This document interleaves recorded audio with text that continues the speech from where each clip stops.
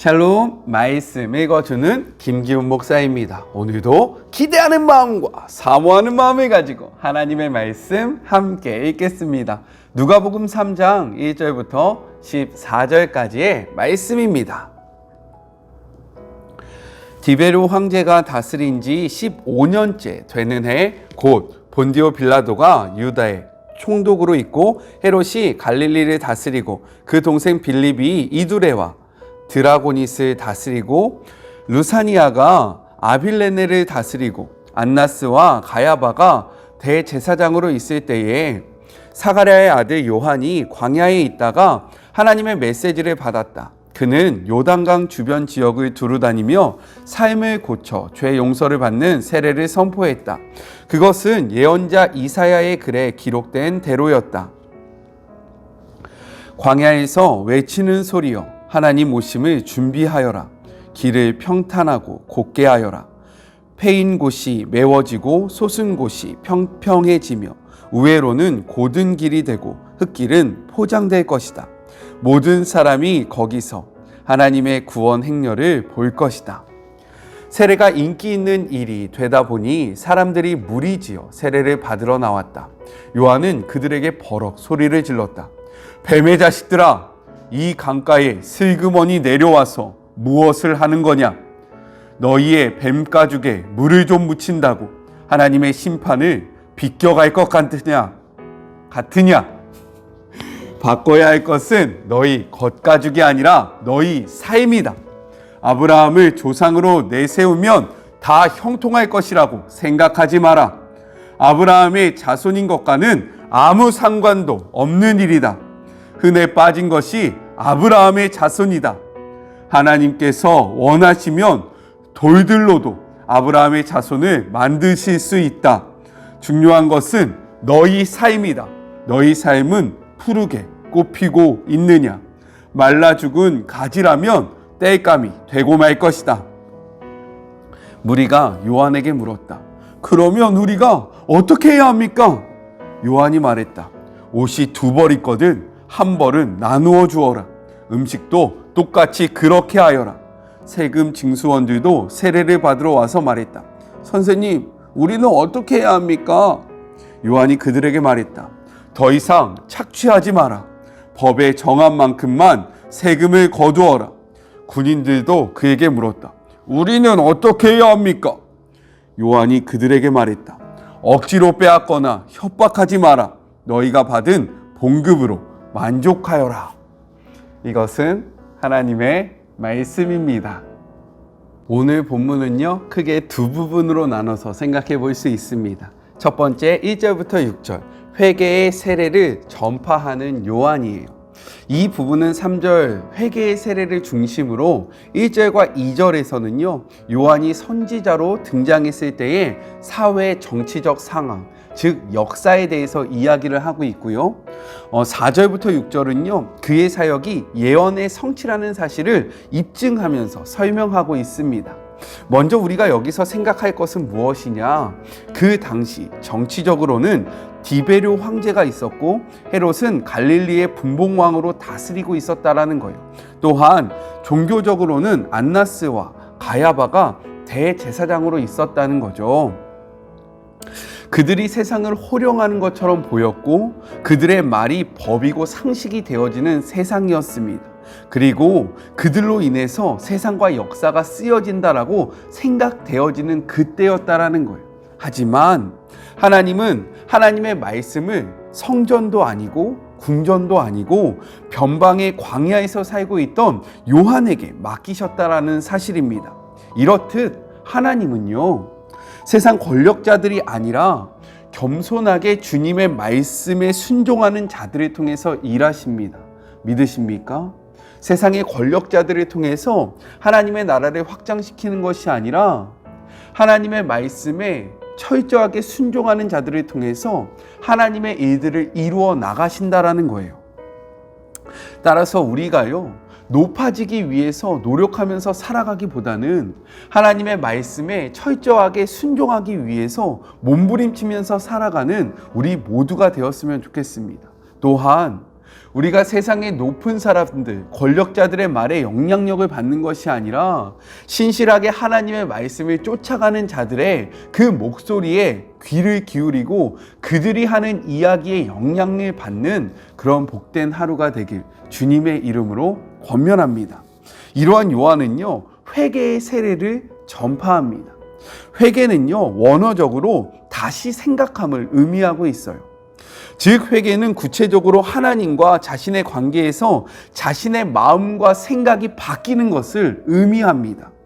그러나 회개는 단순한 마음만 바뀌는 것이 아니라 행위의 변화를 이끌어내는 마음의 변화를 의미하고 있는 거예요.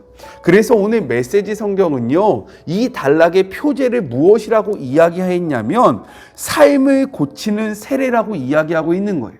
무엇이라고요? 삶을 고치는 세례. 이렇듯 회개는요, 삶의 모습이 바뀌는 것을 의미하고 있는 것입니다. 또한 세례는 몸을 완전히 물에 담그는 상태를 의미하는데요, 이는 죄를 뉘우치고 정결함을 받는 행위로서 해방을 상징하고 있어요. 이것이 왜 해방이냐면 이스라엘은 홍해와 요단강을 건너서 해방을 맛보았습니다. 그렇죠? 우리가 구약 성경을 보면 이스라엘 백성이 출애굽하고요, 가나안 땅에 들어가기 전에 먼저 홍해를 건너고요, 또한 요단강을 건너서 하나님이 약속하신 땅들에 들어가면서 죄로부터, 그리고 자신을 구속했던 그 삶으로부터 해방감을 누렸다라는 거예요. 마찬가지로 물에 들어가는 세례는요, 새로운 나라, 하나님의 나라에 들어가는 것을 예고하는 상징적인 행위, 즉 해방의 행위였다라는 거예요. 조금 이해가 되십니까? 4절부터 6절에서는요, 누가가 요한의 선포를 이사야 40장 3절부터 5절을 인용해서 입증합니다. 한번 찾아서 읽어보세요. 요한은 광야에 있었고요, 광야에서 외치는 소리였어요. 누가복음에서는 주의 길을 예비하고 그의 오심을 곧게 하는 것이 곧 회개이며 회개의 표시로 세례를 받는다라고 이야기하고 있습니다. 여기서 중요한 것은 주의 길을 준비하는 것에 핵심이 있는데 그것이 바로 겸손이라는 거예요. 자, 우리 5절의 중반부를 같이 한번 읽어볼까요? 모든 산과 작은 산이 낮아지고 라고 표현이 되어 있어요. 여기서 낮아지다 라는 것은 겸손을 의미합니다. 이렇듯 우리는 겸손한 태도를 취할 때 구원을 경험할 수 있다는 거예요. 우리 스스로를 높이고 우리 스스로가 가득 차 있을 때는요, 하나님의 구원을, 그 하나님의 은혜를 우리가 맛보지 못합니다. 우리의 마음이 낮아지고 우리의 마음을 비울 때에 비로소 하나님의 구원을 진정으로 맛볼 수 있다는 거예요. 따라서 오늘 하루 우리의 마음을 낮춤으로, 겸손함으로 하나님이 우리를 위하여 준비해 주신 그 구원의 길을 마음껏 누리시고 그 길로 들어서는 복된 하루가 되시길 주님의 이름으로 권면합니다. 자, 둘째, 7절부터 14절 회개에 합당한 열매를 요구하는 요한에 대해서 기록을 하고 있어요. 요한은요, 세례를 받으러 오는 무리를 향해서 독사의 자식들이다 라고 이야기합니다. 우리나라에요, 이 멍멍이 새끼들아 라는 그러한 욕설이 있잖아요. 그것은 옛날에 개들이 많았기 때문에 좀 비하하는 사람들을 그 개에 비유해서 이야기했잖아요. 그래서 이 개끼느라 라고 이야기하지 않았습니까? 마찬가지로 이 독사의 자식들아 라는 것은요, 그 광야에 독사가 너무나도 많아서요, 사람 구실을 하지 못하는 사람들, 우리나라에서 이 개끼느라 라고 얘기했던 것처럼 이 독사의 자식들아 라고 이야기하는 거예요. 이것은 욕설입니다. 그런데 요한은요, 왜 하나님 앞에 세례를 받으러 나오는 사람들에게 이 독사의 자식들아 라고 이야기했을까요? 메시지 성경에서는 무엇이라고 이야기합니까? 세례가 인기 있는 일이 되었다라는 거예요. 즉, 약간 우리 지금 요즘에 인싸라는 말이 있잖아요. 핵인싸. 이것을 해야지 인싸가 된다라는 것들. 마찬가지로 유대인들에게는요, 세례를 받을 때 인싸가 되는 거예요. 야, 내가 세례 받았어. 야, 나 새로운 사람이 되었어. 진정한 마음의 변화와 진정한 삶의 변화 없이 단순한 그 행위가 좋아서요, 물에 잠기는 그러한 상식적인 의식이 좋아서요, 아무런 준비 없이 하나님 앞에 나와서 세례를 받는 자들이 많았다는 것입니다. 이 모습을 바라보면서요, 요한은 그들을 향해서 이 독사의 자식들아 라고 이야기하고 있는 거예요. 우리 말씀을 같이 한번 읽어볼까요? 8절의 말씀입니다. 그러므로 회개에 합당한 열매를 맺고 속으로 아브라함이 우리 조상이라 말하지 말라. 내가 너희에게 이르노니 하나님이 능히 이 돌들로도 아브라함의 자손이 되게 하시리라 라고 이야기합니다. 이는요, 회개의 열매가 없는 그러한 사람들은 선민이라 할지라도 구원을 받지 못한다라고 이야기하는 거예요. 선민이라는 이 타이틀, 너희가 이스라엘이라는 이 타이틀이 너희가 구원받는 보증이 되는 것이 아니라 회개를 이루는, 열매 있는 회개를 할 때에 비로소 너희가 구원을 받을 수 있다라고 요한이 선포하고 있는 거예요.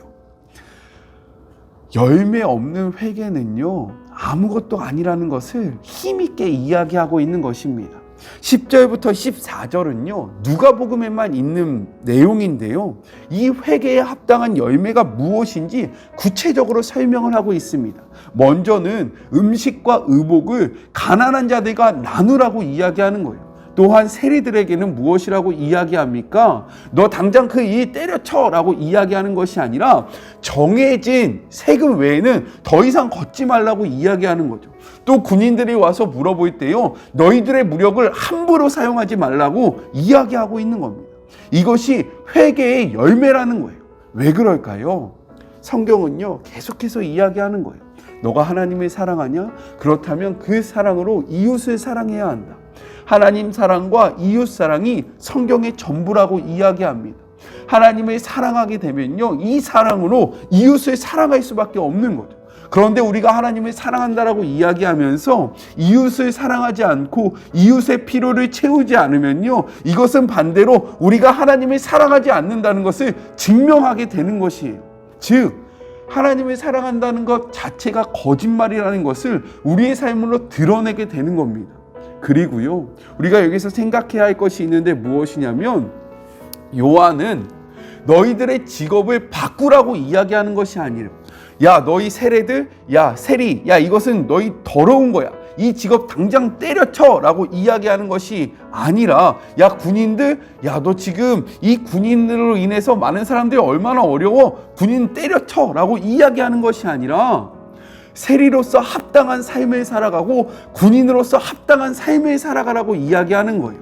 즉, 삶의 자리와 신앙의 자리를 분리하는 것이 아니라 너희가 살아가는 그 삶의 자리, 하나님께서 허락하신 그 삶의 자리에서 그리스도인으로서의 합당한 삶을 살아가라고 이야기하고 있는 것입니다.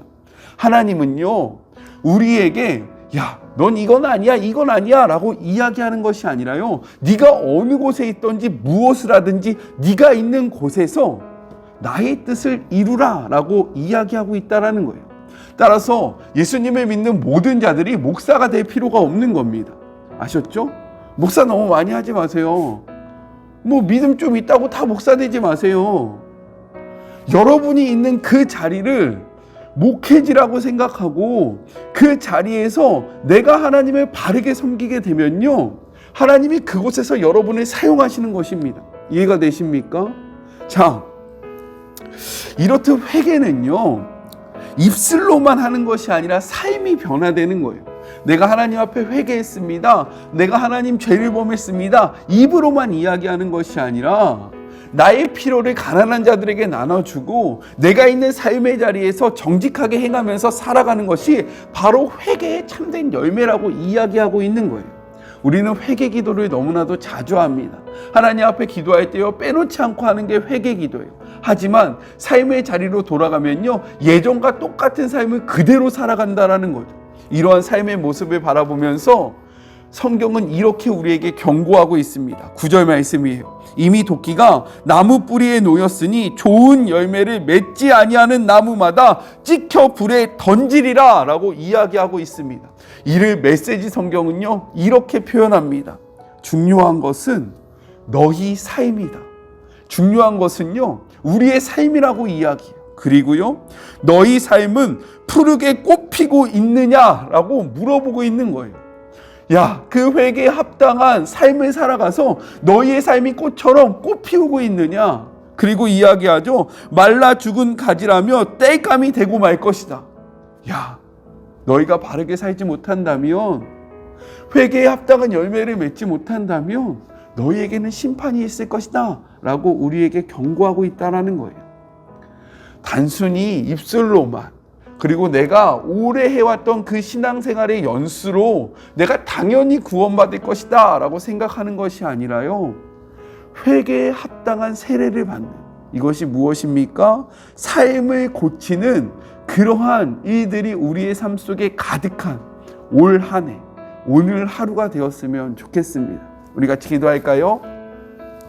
하나님 감사합니다. 오늘도요, 말씀을 통해서 우리가 어떻게 살아야 할지 깨닫게 하여 주심을 감사합니다.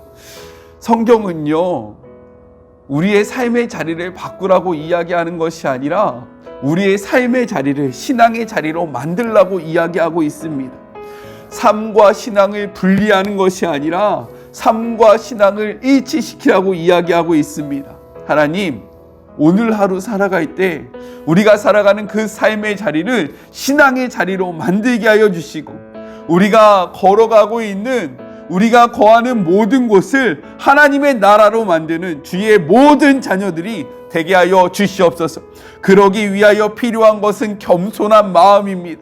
하나님, 겸손하지 않으면 이 모든 것들을 이룰 수 없음을 고백하오니 높아진 우리의 마음이 낮아지게 하시고, 혹여나 너무 낮아져 있는 마음은 주님의 이름으로 높아져서 우리가 주님이 우리의 삶을 통해서 이루고자 하는 모든 것들을 이루는 하나님의 복된 자녀들이 되게 하여 주시옵소서. 함께 하실 주님을 기대하며 예수님의 이름으로 기도드립니다. 아멘. 오늘 하루도요, 하나님의 말씀과 동행하심으로 힘을 얻으시고 힘을 내시고 그리고 빛을 발하는 그런 복된 하루가 되셨으면 좋겠습니다. 저는요, 또 내일 만나도록 할게요. 사랑하고 주님의 이름으로 축복하면서 오늘 하루도 힘내세요. 우리 내일 만나요. 안녕. 꼭 만나요. 수고하셨습니다.